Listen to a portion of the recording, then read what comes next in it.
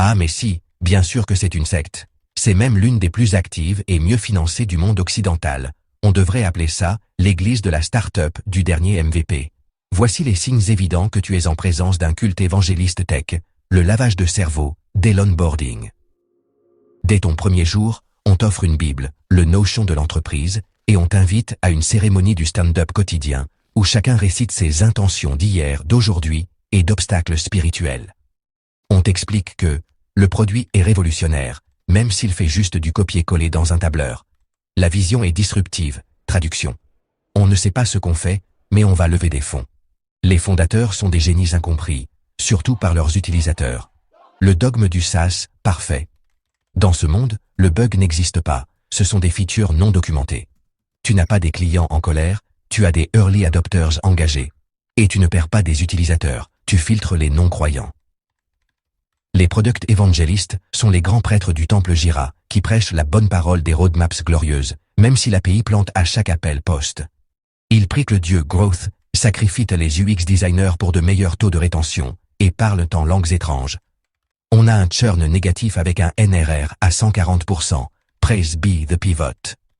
Les retraites spirituelles, aussi connues sous le nom de séminaires. Tu es convoqué dans un château Airbnb en Dordogne pour réaligner les valeurs. Ou entre deux ateliers, yoga en vision produit, on te demande de brainstormer sur la monétisation émotionnelle des données. Tu ressors avec un tote bag, du merch, et l'impression que tu es une meilleure personne, parce que tu crois maintenant qu'un calendrier partagé peut sauver le monde. La liturgie Slack. Louons le fondateur, il a parlé. Un PowerPoint a été béni. Nous ne savons pas où ça va, mais on y va vite. Tout est spiritualisé. Le déploiement de la version 1.2.3 devient un acte fondateur. Un retweet de Naval Ravikant est un psaume. Et un retweet d'un WC, une épiphanie. Les rites d'initiation pour les nouveaux fidèles. On te demande de dire ce que cette entreprise représente pour toi après 2 jours. Tu n'as même pas encore reçu ton badge d'accès, mais tu es censé ressentir une profonde gratitude mystique pour avoir été choisi parmi les 600 candidatures au poste de junior missionnaire du growth, non rémunéré, mais avec stock options si tu crois très fort. Égard à l'apostasie. Tu oses critiquer le produit? Tu es négatif, pas aligné, pas dans la culture?